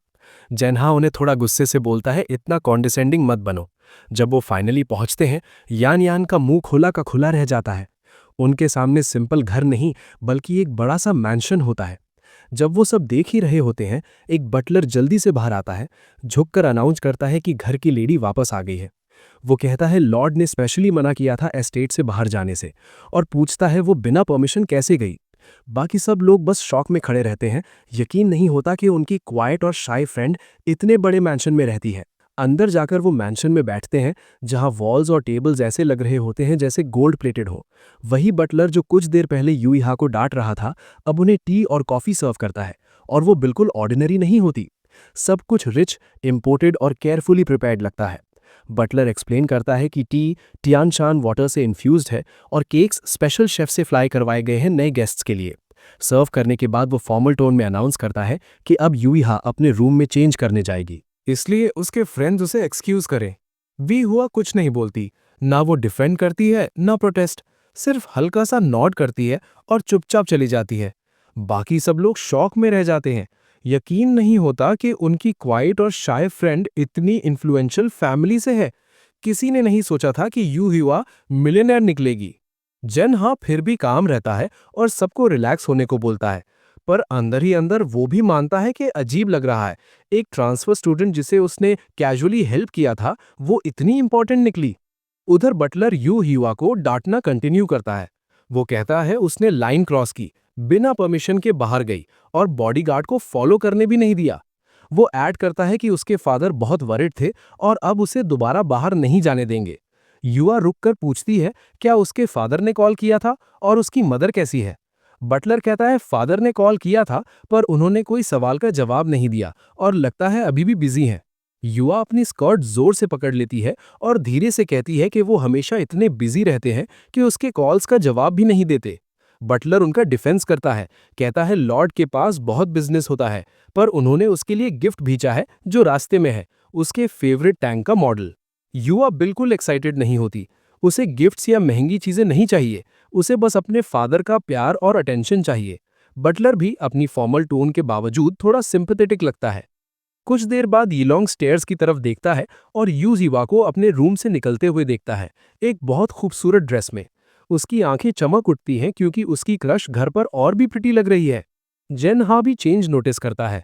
उसे लगता है वो क्यूट तो लग रही है, पर अब वो थोड़ी लाइफलेस डॉल जैसी भी लग रही है। जेन हा पूछता है क्या वो ठीक है। युवा धीरे से कहती है कि उसके फादर ने फिर कॉल बैक नहीं किया, पर जेन हाओ के पास इतनी इन्फो नहीं होती कि वो समझ सके इसका मतलब क्या है। फिर वो उससे बोलती है कि वो उसके रूम में आए क्योंकि वो उसे कुछ देना चाहती है। जेंग हा कंफ्यूज्ड होता है, पर फिर भी उसके साथ चला जाता है। जब वो रूम के अंदर जाता है तो शॉक हो जाता है। इस दुनिया में जहां लड़कियां यूजुअली काफी मैस्कुलिन होती हैं, उसका रूम सॉफ्ट और फेमिनिन है, उसकी सिस्टर से भी ज्यादा। क्यूरियस होकर जंगहा पूछता है क्या उसके फादर ने कुछ ऐसा बोला जो उसे अपसेट कर गया, या फिर उनके साथ बाहर जाने के लिए उसे पनिश किया गया। इस दुनिया में फादर्स थोड़े मेल मदर्स जैसे होते हैं, पर लगता है इस विला में युवा के साथ सिर्फ नैनी, वर्कर्स और हाउसकीपर ही रहते हैं। यहाँ ना उसके फादर रहते हैं ना मदर। वो मानता है कि पहले उसके डैड उसके साथ अच्छे थे, पर अब वो हमेशा बिजी रहते हैं। जंगहा फिर उसकी मदर के बारे में पूछता है। युवा बताती है कि उसकी मदर तो और भी ज्यादा बिजी है और असल में बचपन से ही वो इस घर में अकेली ही रहती आई है। ये सुनकर जंगहा शॉक हो जाता है और समझ जाता है कि उसकी लाइफ कितनी लोनली रही होगी। उसकी मदर मेयर है और कभी घर आने का टाइम नहीं मिलता, जबकि उसके फादर फैमिली के लिए पैसे कमाने के लिए हमेशा ट्रैवल करते रहते हैं। हाउसकीपर ने कभी उससे बोला था कि सब उससे प्यार करते हैं, पर युवा के लिए वो बस एक दूर की याद जैसी लगती है। वो बिना पेरेंट्स के प्यार और अटेंशन की ही बड़ी हुई है। जैंग प्यार से उसका सर पैट करता है और बोलता है अगर कभी लोनली फील करे तो उसे कॉल कर सकती है। वो याद दिलाता है कि युआन और यीलोंग को भी कांटेक्ट कर सकती है क्योंकि अब सब फ्रेंड्स हैं। युवा हल्का सा स्माइल करती है, फिर उसका हाथ पकड़कर उसे क्लोजेट की तरफ खींच लेती है। वो इंसिस्ट करती है कि उसे कुछ दिखाना है। जब वो डोर खोलती है, अंदर गन्स और टैंक्स का कलेक्शन होता है। वो एक गन निकालकर जेंग हाओ को देती है और कहती है ये उसका सबसे प्रेशियस मॉडल है, पर अब ये तुम्हारा है। जेंग हा तुरंत मना कर देता है, कहता है अगर वो गन घन ले गया तो उसके फादर बहुत गुस्सा होंगे, पर यू युवा इंसिस्ट करती है। वो कहती है ये सबसे प्रेशियस चीज है जो उसके पास है, और बटलर भी याद दिलाता है कि फ्रेंड्स एक दूसरे को गिफ्ट्स देते हैं। वो कहती है वो उसकी लाइफ टाइम फ्रेंड बनना चाहती है। जैंग हा उसकी बात का मतलब समझ जाता है, कहता है सच्चे फ्रेंड्स बनने के लिए गन की जरूरत नहीं होती, उनका बॉन्ड वैसे ही रियल है। ये सुनकर युवा तुरंत उसे हक कर लेती है और जोर से पकड़ लेती है। वो कहती है वो दोनों लाइफ भर साथ रहेंगे और कभी अलग नहीं होंगे। पूरा आफ्टरनून युवा के घर बिताने के बाद सब वापस निकलते हैं। जेंग हाओ कहता है वो जल्दी स्कूल में मिलेंगे। युवा भी इस बात से खुश होती है। जब जेंग हाओ और यीलोंग घर वापस चल रहे होते हैं, यीलोंग बस युवा के लग्जूरियस घर के बारे में बोलता ही रहता है। वो बार बार कहता है वो अपनी न्यू ड्रेस में कितनी अच्छी लग रही थी और उसे भी कुछ नया खरीदने का मन हो रहा है, शायद कुछ फॉरेन स्टाइल का। जेंग हा बोलता है यीलोंग के पास already enough hair styling options हैं, उसे और पैसे वेस्ट नहीं करने चाहिए। फिर जेंग हा को अचानक याद आता है कि अगर उसका फ्रेंड सच में क्लोथ्स खरीदना चाहता है तो ये उसके लिए परफेक्ट चांस है। वो काफी टाइम से अपने पिंक बोज वाले कपड़े फेंकना चाहता था और अब फाइनली उन्हें रिप्लेस कर सकता है। एक्साइटेड होकर वो बोलता है कल सुबह सबसे पहले शॉपिंग जाएंगे। शॉपिंग मॉल में यीलोंग पूछता है क्या ओकेजन क्या है। जेंग हा बताता है वो बस अपनी वार्डरोब थोड़ी अपग्रेड करना चाहता है। उसके पास पार्ट टाइम जॉब से थोड़े एक्स्ट्रा पैसे हैं और वो बिना टाइम लिमिट के आराम से शॉपिंग करना चाहता है। यीलोंग फुल शॉपिंग मूड में आ जाता है और जेंग हाओ को बेस्ट आइटम्स चूज करने में हेल्प करता है। जेंग हा अपनी न्यू वार्डरोब पर काफी पैसा उड़ा देता है और सोचता है शायद लड़कियां शॉपिंग स्प्री में ऐसे ही फील करती होंगी। थोड़ी देर में यीलोंग को भूख लगती है और वो सजेस्ट करता है कि कुछ खा लेते हैं। दोनों पास के रेस्टोरेंट में चले जाते हैं। ऑर्डर करते वक्त जेंग हा नोटिस करता है कि कुछ लोग उसके बारे में धीरे से बात कर रहे हैं और उसे हैंडसम बोल रहे हैं। वो उनकी तरफ देखता है। यीलोंग भी कंफ्यूज हो जाता है, पर जेंग हा बोल देता है कि कोई बड़ी बात नहीं, खाने पर फोकस करो। फिर भी उसे लगता रहता है जैसे कोई उसे देख रहा है। जब वो खा रहा होता है, एक रैंडम लड़की चुपके से उसकी फोटो ले लेती है। वो अपनी फ्रेंड को एक्साइटेड होकर कहती है कि उसे रेस्टोरेंट में बहुत हैंडसम लड़का मिला है जिससे वो शादी करना और बच्चे करना चाहती है। फिर वो उसकी फोटो ऑनलाइन अपलोड कर देती है। थोड़ी देर बाद जेंग हा को इंस्टिंक्ट आता है कि कैप पहन लेनी चाहिए। जब यीलोंग पूछता है क्यों, जेंग हा बोलता है अपनी लुक्स की वजह से लो प्रोफाइल रहना जरूरी है। यीलोंग जेलस नहीं होता, बल्कि अग्री करता है और कहता है इंटरनेट सेलिब्रिटी जोंग जोंग भी कहता है कि पर्वर्ट्स हर जगह होते हैं, इसलिए अलर्ट रहना चाहिए। जेंग हाउस सच में कॉशियस रहने के लिए सही है, क्योंकि उसे पता भी नहीं और वो ऑलरेडी ऑनलाइन ट्रेंड कर रहा है, रेस्टोरेंट का इनकम्पेरेबल ब्यूटी बनकर। इंटरनेट पर बहुत सी लड़कियां उस पर फिदा हो रही हैं और उसका नंबर मांग रही हैं। उधर एक ब्रूनेट लड़की उसकी फोटो देखती है। जैसे ही उसे पता चलता है कि फोटो लिंग लिंग ने अपलोड की है, वो एक्साइटमेंट से चिल्लाती है, क्योंकि वो उस लड़की को जानती है, मतलब उसके पास जेंग हाओ के करीब जाने का चांस है। घर वापस आकर जेंग हा सोफा पर धंस जाता है और कहता है शॉपिंग से थक गया हूँ, पर वो सोचता है ये वर्थ इट था, क्योंकि अब वो अपने हॉरिबल पुराने कपड़े फाइनली फेंक सकता है। अचानक उसका फोन बजता है। उसका बेस्ट फ्रेंड फिर कॉल कर रहा होता है। जेंग हा सोचता है अभी तो मिले थे, फिर क्यों कॉल कर रहा है। कॉल उठाते ही यीलोंग चिल्लाता है कि जेंग हा फेमस हो गया है और ऑनलाइन ट्रेंड कर रहा है। जेंग हा को कुछ समझ नहीं आता, तो यीलोंग एक्सप्लेन करता है कि फास्ट फूड रेस्टोरेंट वाली उसकी फोटो वायरल हो गई है। वो बोलता है जेंग हा को वीलॉग स्टार्ट कर देना चाहिए, क्योंकि वो ऑलरेडी टॉप 5 सर्चेस में आ गया है। मीनवाइल उसकी छोटी सिस्टर लिंग लिंग गुस्से में है, क्योंकि उसे लगता है वो फोटो सिर्फ उसके पास ही होनी चाहिए थी। जेंग हा फाइनली ऐप खोलता है और देखता है वो रैंकिंग में नंबर 4 पर है। वो एंडलेस कमेंट स्क्रॉल करता है जहां विमेन उसे हॉट और स्टनिंग बोल रही हैं। कुछ तो कहती हैं उसे एंटरटेनमेंट इंडस्ट्री ज्वाइन कर लेनी चाहिए, इतना हैंडसम है। रेस्टोरेंट ने भी कमेंट पोस्ट किया है कि उनके लिए ऑनर है कि दुनिया का सबसे ब्यूटीफुल मैन वहां खाने आया है। जेंग हा शॉक हो जाता है, उसे अपनी आंखों पर यकीन नहीं होता। फिर भी वो खुद को समझा लेता है कि ये सब एग्जैजरेशन है और कुछ दिन में हाइप खत्म हो जाएगी। रिलैक्स करने के लिए वो एक लाइव गेम देखने लगता है, तब अचानक स्क्रीन पर डर्टी एड्स पॉपअप हो जाते हैं और वो जल्दी से उन्हें डिलीट कर देता है। अच्छा हुआ गेमिंग सेक्शन नॉर्मल लग रहा होता है। उसका फेवरेट गेम अब भी वही है, बस प्रेजेंटर अब एक लड़की है। वो सोचता है कोई फर्क नहीं पड़ता जब तक वो अच्छा खेलती हो। तब उसके दिमाग में एक आइडिया आता है, क्योंकि वो अडल्ट है, शायद वो अपना लाइव ब्रॉडकास्ट स्टार्ट कर सकता है। अपनी स्किल से ये राइटर का काम करने से ज्यादा इजी होगा। जब वो ये सोच ही रहा होता है, तब उसकी सिस्टर चिन चिन रूम में आती है। वो कहती है वो पूरा दिन रिसर्च इंस्टीट्यूट में थी, फिर भी उसे पता चल गया कि उसका छोटा भाई इंटरनेट सेंसेशन बन गया है। जेंग हा थोड़ा एम्बैरेस्ड फील करता है, समझ जाता है कि उसे भी पता चल गया। चिनचिन पूछती है क्या वो आज यीलोंग के साथ बाहर गया था। उसे लगता है शायद वो गुस्सा होगी, पर वो सच बोल देता है कि हाँ, दोनों को नए कपड़े चाहिए थे, इसलिए साथ शॉपिंग गए थे। वो अचानक बहुत पास आ जाती है, जैसे उसने वहीं ट्रैप कर दिया हो, और उसका एक्सप्रेशन सीरियस हो जाता है। वो पूछती है क्या किसी ने उसे तंग किया। जेंग हा थोड़ा हेजिटेट करता है, फिर कहता है ऐसा कुछ नहीं हुआ, और अगर कभी हुआ तो वो खुद को प्रोटेक्ट कर सकता है। चिनचिन सोचती है जेंग हा बहुत नाइव है। वो कहती है इस दुनिया की औरतें उसकी सोच से ज्यादा स्कैरी है। बात करते हुए वो उसे सॉफ्टली टच करती है और याद दिलाती है कि वो उनके फादर का अकेला बेटा है। अगर उसके साथ कुछ हो गया तो वो पेरेंट्स को कैसे एक्सप्लेन करेगी। वो वॉर्न करती है कि अगर कोई अननोन वुमन कभी उसे तंग करे तो तुरंत उसे बताए, और जब भी बाहर जाए उसे टाइम और प्लेस भी बताकर जाए। चिनचिन इतनी पास झुक जाती है कि अगर जेंगहा नीचे देखे तो पक्का उसका फेस उसकी चेस्ट से लग जाएगा। कुछ देर बाद वो फाइनली पीछे हटकर जाने लगती है, पर फिर रुककर कहती है एक लास्ट बात है। बिना पूछे वो उसका फोन ले लेती है और पता नहीं क्यों पर इससे जेंगहा नर्वस फील करता है। अगले दिन कुछ औरतें जेंगहा के स्कूल के बाहर इकट्ठी होती हैं। वो बुशेस में छुपकर उनकी बातें सुनता है। वो लोग बोल रही होती हैं कि वो अचानक कहाँ गायब हो गया। कहते हैं वो शायद पास ही छुपा है और उन्हें उसे ढूंढना है, क्योंकि आजकल इतना ब्यूटीफुल आदमी देखना रेयर होता है। जेंगहा ये सब सुनकर टेंशन में आ जाता है। उसे समझ नहीं आता क्या हो रहा है। वो जल्दी से फोन निकालकर यीलोंग को कॉल करता है हेल्प के लिए। पर जेंगहा कुछ बोल पाता उससे पहले यीलोंग तुरंत बोल देता है घर पर ही रहो और स्कूल मत आओ। कल की न्यूज़ की वजह से वहां बहुत लोग जमा हो गए हैं। अब जब सबको पता चल गया है कि जेंगहा इस स्कूल का स्टूडेंट है तो क्राउड उसे घेरने के लिए आ गया है। जेंगहा को अब अपनी किस्मत पर यकीन ही नहीं होता। उसे बस थोड़ी शांति चाहिए थी और एक मौका कि वो इस अजीब दुनिया से बाहर निकल सके। इसके बजाय उसे लगता है जैसे सब लोग उसे काटने को रेडी हैं। ईलोंग उसे एडवाइस देता है कि आज छुट्टी ले ले और इस कियोस्क से दूर रहे। वैसे भी स्कूल में ऑलरेडी काफी लोग उसे पसंद नहीं करते और अब तो सबका अटेंशन उस पर है। जांगा वहां से जितनी जल्दी हो सके भाग जाता है और अपनी सिस्टर चिनचिन को बताता है। वो उससे बोलता है फादर से परमिशन दिलवा दे ताकि वो स्कूल स्किप कर सके। चिनचिन भी उसे बोलती है घर जाओ और किसी और चीज की टेंशन मत लो।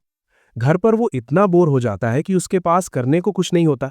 वो डिसाइड करता है कि इस चांस का यूज करके स्टडी करे और लाइव ब्रॉडकास्टिंग प्रैक्टिस करे। क्योंकि वो 18 साल का हो गया है, उसे लगता है गेम्स खेलकर पैसे कमा सकता है instead of part time job. वैसे भी अपनी पुरानी लाइफ में वो गेम का किंग था। वो अपने फेवरेट गेम में लॉगिन करता है और नोटिस करता है कि कैरेक्टर्स बदल गए हैं पर रूल्स सेम है। उसके लिए ये प्रॉब्लम नहीं है। कुछ ही मिनटों में वो दूसरे प्लेयर्स के अगेंस्ट क्वाड्रा किल और पेंटा किल लेने लगता है और उसे लगता है कि उसकी स्किल अब भी वैसी ही है। स्ट्रांग फील करना उसे अच्छा लगता है। फास्ट और स्किल्ड होना उसे पसंद है। जब वो गेम का छोटा सा आइकन बटन देखता है उसे रियलाइज होता है कि उसकी एबिलिटी गई नहीं है। उसे बार बार खेलने का मन करता है। वो पूरा आफ्टरनून गेम खेलता रहता है। जब फाइनली थक जाता है उसे लगता है कि वो ऑलमोस्ट रेडी है। वो डिसाइड करता है कि आज रात ही अपना लाइव ब्रॉडकास्ट स्टार्ट करेगा। डिनर के बाद उसकी मदर और फादर काउच पर बिजी बैठे होते हैं। तब वो एक्सक्यूज करके कहता है कि वो अपने रूम जा रहा है। उसकी सिस्टर चिनचिन उसे ध्यान से देख रही होती है। जन हाँ अपना फर्स्ट लाइव ब्रॉडकास्ट स्टार्ट करता है और मानता है कि वो थोड़ा नर्वस है। वो समर बीच गेम में एंटर करता है और नोटिस करता है कि जिस प्लेयर के साथ मैच हुआ है उसमें कुछ अजीब है। वो प्लेयर उसे हर जगह फॉलो करता है, पकड़ने की कोशिश करता हुआ। फिर वो प्लेयर पूछता है कि उसने सोर्ड्समैन लीथल यूज करके उसे फिनिश किया। जंग हाओ गेम में स्टॉक होने से तंग आकर जल्दी से उस कैरेक्टर को डिफीट कर देता है। उसके तुरंत बाद उसे सेम पर्सन का मैसेज आता है। वो पूछती है क्या सच में उसने सोर्ड्समैन लीथल यूज करके उसे हराया। दूसरी साइड पर एक लड़की होती है। वो एक नर्ड गेमर है और अपनी हार का एक्सक्यूज देती है कि उसका व्यू खराब था। वो इंसिस्ट करती है कि उस लेवल का प्लेयर उसे हरा ही नहीं सकता जब तक हैक्स यूज ना करे। वो बोलती है कि वो गेम्स की मास्टर है और अगर वो नहीं जीत सकती तो उसे अपना कंप्यूटर बेचकर क्विट कर देना चाहिए। दूसरे प्लेयर्स भी जंगहा के कैरेक्टर को इन्वेस्टिगेट करने लगते हैं, ये जानने के लिए कि वो असल में कौन है। लेकिन ई स्पोर्ट्स में जेंडर शो नहीं होता, इसलिए कोई नहीं बता सकता कि वो लड़का है या लड़की। फिर भी जो लड़की उससे हारी थी वो चीटर्स को एक्सेप्ट करने से मना करती है। वो बोलती है आजकल बहुत लोग फेक डॉक्यूमेंट्स यूज करके आइडल्स बनने का नाटक करते हैं और गेम ज्वाइन करते हैं। ग्रुप चैट कंप्लेंट से भरा होता है और जंगहा सब कुछ पढ़ रहा होता है। उसे समझ नहीं आता कि लोग उसके बारे में बुरा क्यों बोल रहे हैं जब उसने कुछ गलत नहीं किया। प्लेयर्स उसे अपनी टीम ज्वाइन करने के रिक्वेस्ट भेजने लगते हैं, लेकिन जांग हाओ हर एक रिक्वेस्ट रिजेक्ट कर देता है। वो बोलता है कि वो सिर्फ सोलो ही खेलता है। बाकी लोग तुरंत उसे आर्रोगेंट बोल देते हैं। वो कहते हैं कि लड़के के रूप में वो बहुत इरिटेटिंग है और सब कसम खाते हैं कि उसे सबक सिखाएंगे। वो बोलते हैं कि नेक्स्ट टाइम वो किसी लड़की की गेम में लड़का बनकर घुसने की हिम्मत नहीं करेगा। जो लड़की पहले उससे हारी थी वो भी उसे दोबारा चैलेंज कर देती है। जंग हा बिना सोचे चैलेंज एक्सेप्ट कर देता है। अपनी स्पीड यूज करके वो उसे तुरंत हरा देता है। इस बार लड़की समझ जाती है कि वो किसी अलग लेवल के प्लेयर से डील कर रही है। वो जल्दी से अपने फैंस को बोलती है कि उस पर अटैक ना करें, शायद वो बस एक नया प्लेयर है जो नहीं जानता कि हैक्स को कितना सीरियसली लिया जाता है। दूसरी तरफ जंग हा सोचता है कि शायद वो सही कह रही है, शायद सामने वाला स्ट्रांग है। लेकिन तब उसकी नज़र एक चीज़ पर पड़ती है जो उसे रोक देती है।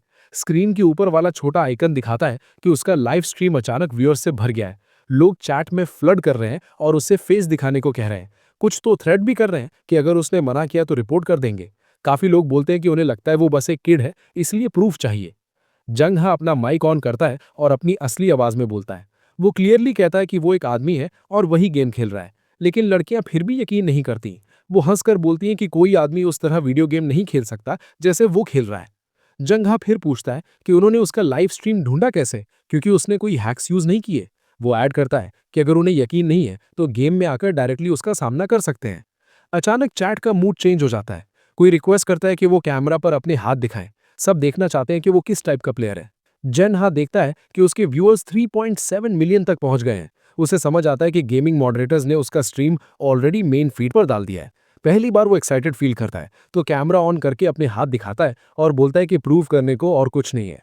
चैट तुरंत एक्सप्लोड हो जाती है। व्यूअर्स उसके हाथों के लिए हार्ट्स स्पैम करने लगते हैं, बोलते हैं कि वो बहुत ब्यूटीफुल लग रहे हैं। जो लड़की पहले उससे हारी थी, वो साय करके कहती है कि अगर उसे पता होता कि वो उस जैसा प्लेयर है तो वो उससे फाइट करने के बजाय दोस्ती करने की कोशिश करती। लोग उसके वेनी हैंड्स के बारे में कमेंट्स करने लगते हैं और जंग हा को समझ नहीं आता कि लोगों को इसमें क्या अट्रैक्टिव लगता है। सेकंड राउंड स्टार्ट होने वाला होता है तो जंग हा चार्ट बंद कर देता है, क्योंकि मैसेजेस उसका गेम स्लो कर रहे होते हैं। इसी वक्त एक बड़े एंटरप्राइज बिल्डिंग के अंदर एक मिस्टीरियस लड़की अपने स्क्रीन के सामने उसका लाइव स्ट्रीम बहुत ध्यान से देख रही होती है। वो जल्दी समझ जाती है कि ये नया स्ट्रीमर ऑलरेडी ह्यूज अटेंशन ले रहा है, और अगर कंपनी उसे साइन कर लेती है तो वो एक वैल्यूएबल एसेट और स्टडी रेवेन्यू सोर्स बन सकता है। कुछ देर स्ट्रीम करने के बाद जंग हा फाइनली सबको बाय बोल देता है। वो सबका थैंक यू करता है और कहता है कि ये उसका पहला लाइव ब्रॉडकास्ट था और सबके सपोर्ट के लिए वो ग्रेटफुल है। लेकिन स्ट्रीम की लड़कियां उसे जाने नहीं देती। वो उसे रिक्वेस्ट करती हैं कि थोड़ा और रुक जाओ, क्योंकि 2 घंटे बिल्कुल काफी नहीं है। कुछ तो मजाक में बोलते हैं कि उसे अपनी मम से बोलना चाहिए कि बेड के नीचे चेक करे, इतना वो उसे पसंद करती हैं। जंग हा को ये सब बहुत अजीब लगता है, तो वो तुरंत कंप्यूटर बंद कर देता है। वो डिसाइड करता है कि कल फिर स्ट्रीम करेगा, शाम 8 बजे, शायद 2 घंटे के लिए। इसलिए उसे रेस्ट करना है और जल्दी उठना है। क्योंकि ऑलरेडी 10 बज चुके होते हैं, वो सोने चला जाता है, सोचते हुए कि कल ये भी डिसाइड करेगा कि स्कूल वापस जाना सेफ है या नहीं। अगले दिन जंग हा अपने बेस्ट फ्रेंड योंग से आइसक्रीम शॉप पर मिलता है। वो पूछता है कि अभी भी स्कूल में लड़कियां उसका पीछा कर रही हैं। योंग बोलता है कल से कम है, शायद इसलिए क्योंकि जंग हा स्कूल नहीं आया तो कुछ लोग फ्रस्ट्रेट होकर चले गए। फिर भी कुछ लड़कियां बाहर वेट कर रही हैं, बस उसकी एक झलक देखने के लिए। जन हा होप करता है कि कल जब वो वापस जाए तब वो वहां ना हो। ये लोंग फिर पूछता है कि जंग हा आजकल क्या कर रहा है। जंग हा बोलता है कि उसने कुछ नॉवेल्स लिखी हैं और थोड़ी ब्रॉडकास्टिंग भी की है। ये सुनकर येलोंग की आंखें बड़ी हो जाती हैं। वो लगभग चिल्लाता है, पूछता है कि जंग हा ने स्ट्रीमिंग कब स्टार्ट की और उसे पता क्यों नहीं चला। वो मजाक में बोलता है कि जंग हा हर चीज में अच्छा है तो स्ट्रीमिंग में भी टॉप होगा। जंग हा जल्दी से उसे चुप रहने को बोलता है। किसी की सुनने से पहले वो अपनी कैप नीचे कर लेता है ताकि फेस छुप जाए, और बताता है कि उसने अभी रिसेंटली स्टार्ट किया है और कोई कॉन्ट्रैक्ट साइन नहीं किया। तभी जंग हा को एक फेमस स्ट्रीमिंग कंपनी का मैसेज आता है। वो उसे इनवाइट करते हैं कि वो उनके एडमिनिस्ट्रेटर से कांटेक्ट करे और कॉन्ट्रैक्ट साइन करने की बात करे। ये लॉन्ग जंग हा का एक्सप्रेशन नोटिस करता है और पूछता है क्या हुआ। जंग हा बताता है कि प्लेटफॉर्म चाहता है कि वो उनके साथ साइन करे क्योंकि उसके स्ट्रीम्स पॉपुलर हो गए हैं। ये लॉन्ग एक्साइटेड हो जाता है और बोलता है ये तो ग्रेट न्यूज़ है, जंग हा को तुरंत साइन कर लेना चाहिए। वो कहता है जंग हा के टैलेंट और लुक्स के साथ वो जरूर सक्सीड करेगा और देश के सबसे फेमस लोगों में से एक बन सकता है। वो हंसने लगता है, इमेजिन करते हुए कि जब जंग हा सेलिब्रिटी बन जाएगा और बहुत पैसा कमाएगा तो वो जो चाहे खरीद सकेगा। ये लॉन्ग के लिए ये सपना किसी फीवर फैंटेसी जैसा लगता है। लेकिन जंग हा कहता है कि अभी वो सिर्फ एक स्टूडेंट है और अगर लाइव स्ट्रीमिंग कभी उसकी पढ़ाई को अफेक्ट करेगी तो वो बिना हिचकिचाए क्विट कर देगा। वो ये भी कहता है कि अगर वो इंटरनेट सेलिब्रिटी बन गया तो उसे नहीं लगता उसकी कोई प्राइवेसी बचेगी। उसे पता है लोग उसे ऑनलाइन और रियल लाइफ दोनों जगह हरास करेंगे, और ये सब उसे बिल्कुल नहीं चाहिए। ये लॉन्ग उसे समझाने की कोशिश करता है और बोलता है कि वो मास्क पहन सकता है। उसके हिसाब से ये अटेंशन पाने का अच्छा तरीका है और फैंस उसे फॉलो करेंगे, गिफ्ट्स भी भेजेंगे अगर वो गाए या डांस करे। लेकिन जंग हा तुरंत एक और बाउंड्री सेट कर देता है। वो बोलता है कि वो लाइव आकर लोगों को एंटरटेन कर सकता है बिना फेस दिखाए, लेकिन वो सिर्फ गिफ्ट्स के लिए गाना या डांस करने से मना कर देता है। अभी के लिए जंग हा बोलता है कि उसे जाना होगा।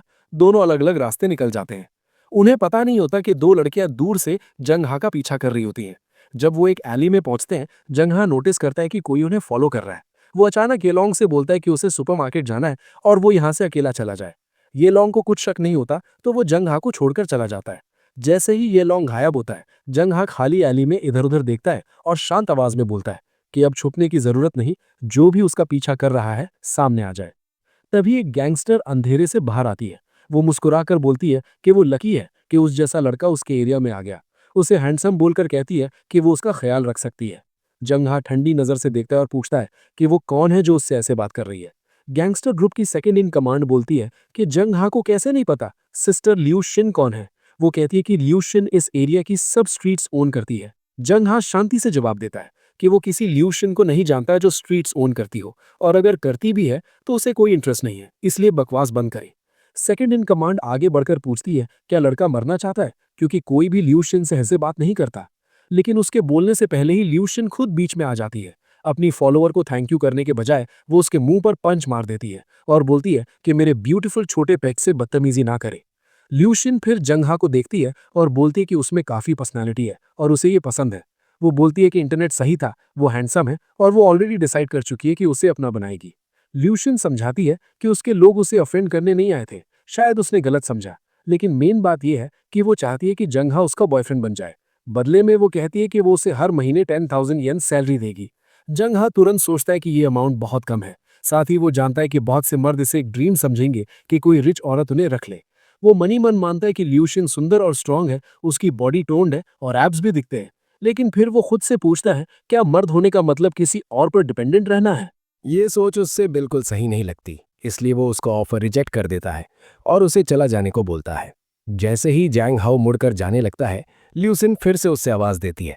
वो कहती है आजकल लड़कों का ओल्डर विमेन के साथ रहना नॉर्मल है और अगर पहली प्राइज उससे पसंद नहीं आई तो वो पैसे बढ़ा सकती है। वो वार्निंग देती है कि मना करने से पहले अच्छी तरह सोच ले, क्योंकि अगर फिर भी मना किया तो उसे फोर्स यूज करना पड़ेगा। वो अपनी पॉकेट नाइफ निकालती है और उंगलियों पर घुमाते हुए बोलती है कि उसे इतना खूबसूरत फेस खराब करना बिल्कुल पसंद नहीं होगा। वो नाइफ उसके बिल्कुल पास ले आती है।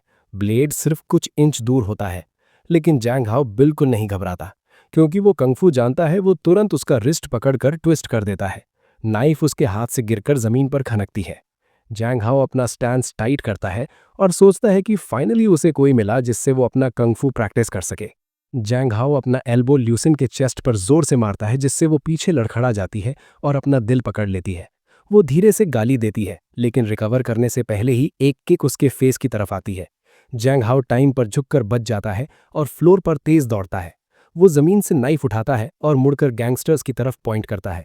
वो उन्हें वार्न करता है कि उसे अकेला छोड़ दें। ल्यूसिन का एक आदमी आगे बढ़कर बोलता है कि लड़का सच में फाइट करना चाहता है, लेकिन ल्यूसिन हाथ उठाकर सबको पीछे रहने का ऑर्डर देती है। वो कहती है कि ये वाइल्ड कैट वो खुद टेम करेगी। वो अपनी स्लीव रोल करती है और कॉन्फिडेंस स्माइल के साथ उसकी तरफ बढ़ती है। जैंग हाओ अपनी सांस कंट्रोल करता है और सोचता है कि इस दुनिया में औरतों को नेचुरल एडवांटेज होता है, इसलिए जीतने के लिए उसे कोई और तरीका सोचना पड़ेगा। वो नाइफ पकड़कर बार बार स्विंग करता है, जिससे ल्यूसिन पीछे हटने पर मजबूर हो जाती है। फ्री हैंड से वो अपना फोन निकालकर पुलिस को डायल करता है। वो वार्न करता है कि अगर वो नहीं रुकी तो वो पुलिस को उसका नाम बता देगा। ल्यूसिन तुरंत हुक जाती है, समझ जाती है कि जैंग हाओ सिर्फ स्किल्ड ही नहीं स्मार्ट भी है। वो गार्ड नीचे कर देती है और पीछे हट जाती है। डिसाइड करती है कि अभी उसे जाने दिया जाए। उसके फॉलोअर्स शॉक में उसे देखते हैं। यकीन नहीं होता कि उनकी फियर्स लीडर उस लड़के को फ्री छोड़ रही है। लेकिन ल्यूसिन मुस्कुराती है और बोलती है कभी कभी पेशेंस जरूरी होती है, स्पेशली हैंडसम लोगों के लिए। वो जैंग हाओ से उसका नाम पूछती है। वो अपना इंट्रोडक्शन देता है, लेकिन तुरंत याद दिलाता है कि दूर रहे क्योंकि कॉल अभी भी एक्टिव है। ल्यूसिन अपना लिप बाइट करती है और कहती है कि वो उसे याद रखेगी। उसकी आंखों में टेम्पटेशन दिख रहा होता है। जब जैंग हाओ फाइट कर रहा होता है, तब ल्यूसिन का एक आदमी चुपके से उसकी फोटो लेकर इंटरनेट पर अपलोड कर देता है। इमेज जल्द ही स्प्रेड होने लगती है। दूर एक पावरफुल कॉरपोरेशन के अंदर एक औरत टेबल के हेड पर बैठी होती है। उसका नाम मिस वे है और उसकी प्रेजेंस से पूरा रूम टेंस हो जाता है। एम्प्लॉयज उसे रिपोर्ट देते हैं कि उन्हें एक स्ट्रॉन्ग कैंडिडेट मिल गया है।